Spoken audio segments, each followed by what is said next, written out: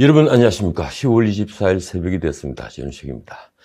제 방송을 보고 잘 아는 경제학 교수 한 분이 이메일을 보냈더군요. 미국을 포퓰리스트 정권이라고 부르는 근거를 물었습니다. 우리가 포퓰리즘에 경도되어 있는 건 자신도 동의를 하겠는데 트럼프 정권은 그렇지 않다는 거죠. 트럼프 정권을 포퓰리즘 정권으로 규정한 몇 권의 최근 미국 정치학 관련 서적 목록을 보내드렸습니다.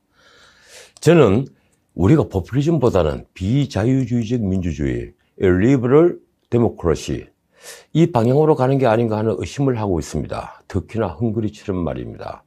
외관적으로는 민주주의를 하면서도 사법 권력을 장악하고 비판적인 언론에 압박을 가하고, 그래서 자신을 반대하는 자를 고발하고 언론을 막아서 말할 기회를 빼앗는 거죠. 과거 백색 독재는 아니지만 어쩌면 그때보다 더 지독한 권위주의의 출현은 아닐까요? 무엇보다도 그들은 자신과 자신의 편에게 너무 관대합니다. 아마도 볼테르가 살아있어서 이 광경을 볼 수 있다면 새로운 관용론을 썼을지도 모르겠습니다. 이렇게 말입니다. 이 시대에는 다수의 평화, 다수의 행복, 다수의 만족에만 관용을 보이다가 결국 모두가 싸우고 모두가 불행해지고 모두가 불만족한 사회가 되었다. 자, 오늘의 대한민국이 있는 데는 미국의 도움이 컸습니다. 이건 아무도 부인 못할 겁니다. 한미동맹으로 공산주의의 팽창을 막았기에 박정희 시대 산업화는 가능했죠. 저는 무엇보다도 우리가 새로운 문명과 학문 그리고 기술을 얻는데 가장 큰 도움을 준 나라는 미국이라고 생각합니다. 그중 하나가 바로 민주주의, 그것도 대통령제 민주주의죠. 그런데 지금 한미동맹은 그 어느 때보다도 균열이 가 있습니다. 이 건국 이후 양국 관계가 이처럼 삐걱된 적은 한 번도 없었죠. 박정희 카터 정부 때도 기본적인 신뢰는 있었으니 말입니다. 이제 미국은 쿼드에서 빠진 한국을 태평양 인도 정책에서 완전히 제외한 듯이 보입니다. 이번 폼페이오의 순방국에서도 한국은 빠졌더군요. 이 정부 들어서 4강 외교를 한마디로 정리하면 어떻게 할까요? 대중 굴신 외교라고 부르고 싶습니다. 그건 이수혁 주미대사의 돌출 발언에서도 보았듯이 이 경제는 중국, 안보는 미국이라는 단순한 생각 때문이기도 하겠지만 무엇보다도 중국을 통해 김정은을 설득할 수 있다는 이 정부의 착각 때문이 아닌가 합니다. 그 중국은 23일 시진핑이 항미 원조 전쟁, 그러니까 6.25 전쟁 참전 기념 연설을 했습니다. 중국 지도자로서는 20년 만이라고 하는군요. 패권주의에 반대하여 주권을 침범하면 공격할 것이라고 엄포를 놨죠. 자신의 패권주의에는 침묵하면서 말입니다. 이 시진핑 연설에는 이런 말이 있습니다.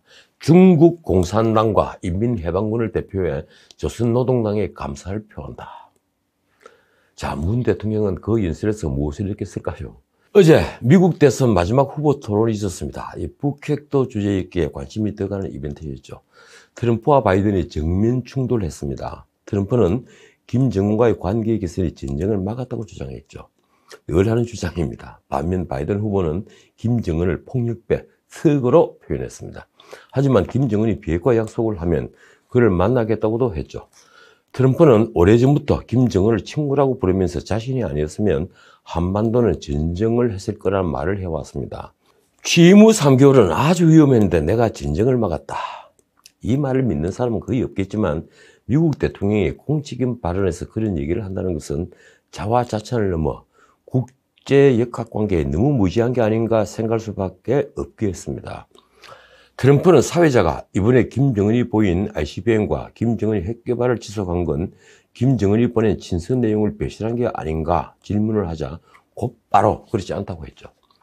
그러면서 예의, 자신이 전쟁을 막았다는 말을 꺼낸 겁니다. 자신이 아니었으면 수백만이 죽었을 것이라고 말입니다. 하긴 문 정부도 자신들이 한반도 전쟁 위기를 해소했다고 주장하니 트럼프의 저런 발언을 뭘 할 수도 없습니다. 바이든의 반격이 아주 재밌더군요. 히틀러가 남은 유럽을 침공하기 전까지 우리는 그와 좋은 관계였다. 자, 문 대통령의 국정 지지율이 나왔습니다. 이 43%로 조사됐더군요. 지난주보다 4%포인트 내렸다고 합니다. 갤럽은 20일부터 사흘간 한 조사를 발표했습니다. 부정평가는 3%포인트 오른 45%로 부정평가가 긍정평가를 앞섰습니다. 물론 오차범위 아닙니다. 문 대통령 지지가 왜 이리 높은가 봤더니 역시 방역을 잘했다는 이유더군요. 그런데 저는 문 정부 지지가 이렇게 유지되는 건 야당의 문 대통령에 필적할 지도자가 없기 때문이라고 생각합니다. 내일을 기대하는 사람이 없기 때문이죠. 대중과 함께 호흡하는 새로운 리더가 등장했다면 지금 문 정부는 심한 레임덕에 빠져 있을 겁니다. 무엇보다도 경제가 이렇게 폭망해 중산층이 붕괴되고 유례없는 재정 확장 정책에도 불구하고 빈부격차가 확대되는데도 대통령 지지도가 40%를 넘는다는 것은 앞으로도 두고두고 연구 대상일 겁니다. 정당 지지도도 마찬가지입니다. 이 민주당은 3%포인트 내렸다지만 아직도 35% 지지를 받더군요. 그런데 국민의힘은 불과 17%입니다. 지도자가 없기 때문이죠. 반면 무당층은 3%포인트 늘어난 34%로 총선 이후 최대였다고 합니다. 그 무당층의 지지를 받을 분 혹시 누구 없는가요? 20일 법사위 국정감사시효는 아직도 파장이 이어지고 있습니다. 언론 보도를 보니 윤석열 총장의 작심 발언을 두고 일선 검사들의 호응이 정말 대단했더군요. 그래서인지 김봉현이 어제 공판에 불출석했습니다. 극심한 심리적, 육체적, 정신적 스트레스가 그 이유라는데 그런 사기꾼에게도 스트레스가 있을까요? 어쨌든 라임 옵티머스 두 대형 금융사기 사건은 특검을 하지 않고는 수사 결과나 재판 결과에 승복할 국민이 그리 많지 않을 겁니다. 합해서 2조 천억이나 되는 대형 사건인데다가 워낙 피해자도 많기 때문이기도 합니다. 그러나 무엇보다도 지금의 검찰이 권력의 애완견이라는 느낌을 주는 데다가 이 정권이 내로남불을 익히 보아온 국민들이 앞으로 벌어질 로비 의혹 수사 결과를 믿지 않을 테니 말입니다. 이 판에 사의를 표명한 서울남부지검장 자리에 추미애 장관이 딱 하루 만에 후임자를 임명했습니다. 이정수 현 대검기획조정부장이라고 하는군요. 후유증을 최소화해서 혹 있을지 모를 검난의 삭을 자르겠다는 거겠죠. 그래도 정치가 검찰을 덮어버렸다고 한 박순철 전 지검장의 말은 여운이 큽니다. 그가 윤석열 장모를 기소한 의정부지검장에서 영전해 추미애 라인으로 불린 것도 한 이유일 겁니다. 덕분에 어제 법조계에선 화제거리가 아주 풍성했습니다. 그중엔 검찰총장이 법무부 장관의 부하인가 아닌가 하는 문제가 있었습니다. 이 조선일보 어제 헤드라인이 이렇습니다. 검찰총장은 장관 부하 아니다. 추지휘권 위법. 동아일보도 비슷합니다. 윤석열 추미애 수사지휘권 발동은 위법. 그 아래 검찰총장은 법무부 장관 부하 아니다. 이런 윤 총장의 발언을 작은 제목으로 따랐더군요. 부하인가 아닌가? 이 얼마나 웃기는 질문입니까? 그걸 모르는 법조인이 있는가요? 물론 검찰총장은 법무부에 속해 있고 직책상 장관의 아래에 있는 건 분명합니다. 그러나 장관의 지시나 명령을 따르는 자인가 하고 묻는다면 그건 전혀 다른 문제가 됩니다. 검찰이 행정부와 어느 정도 독립할 수밖에 없는 준사법기관이기 때문이죠. 물론 법무부 장관은 검찰총장을 지휘 감독할 수 있지만 그건 어디까지나 구체적 사건에 국한됩니다. 그렇다고 법 정신상 개별 사건에 장관의 영향력을 미쳐서는 절대 안 되죠. 우리가 추미애 장관이 자행한 3번의 수사지휘권 행사가 헌법 정신과 검찰청법을 정면으로 위반한 행위라고 하는 이유가 여기에 있습니다. 그런데도 총장은 장관의 부하가 아니다는 윤 총장의 발언을 두고 민주당에서 벌떼처럼 일어났더군요. 이 노웅래 최고위원은 페이스북에 이렇게 썼습니다.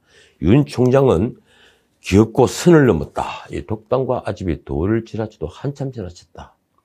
그게 어떻게 독단이고 그게 어떻게 아집인가요?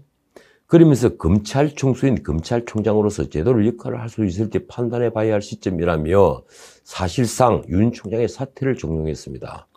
그나마 검사 출신이면서 법사위 위원인 김종민 의원은 애도를 표현했더군요. 제가 인사청문회에서 보증했던 윤 총장의 모습과는 너무나 다르다.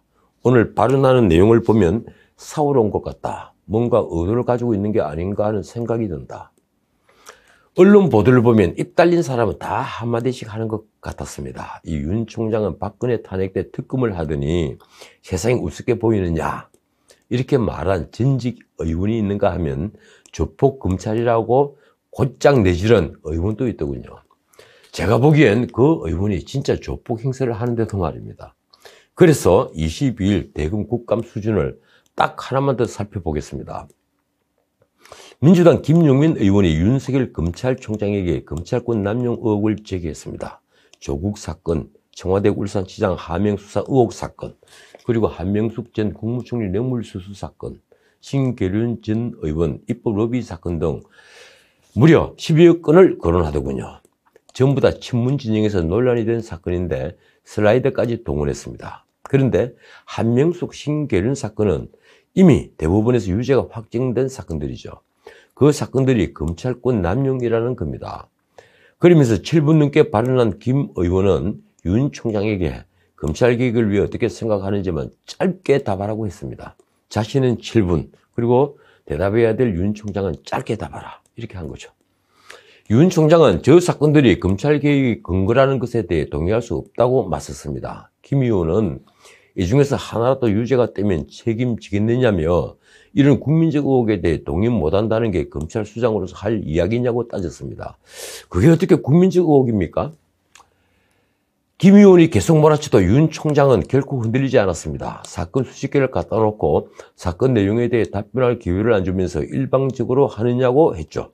하참이라는 짧은 탄식을 했습니다. 그러자 김 의원은 윤 총장의 답변 태도를 다시 문제 삼았습니다.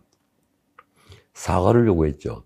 심지어 이렇게 질문했다고 사적 보복을 가하고 기소할 것이냐는 말까지 했습니다. 하지만 윤 총장은 사과 못한다고 맞받으면서 사적 보복을 한 적이 없다고 했습니다.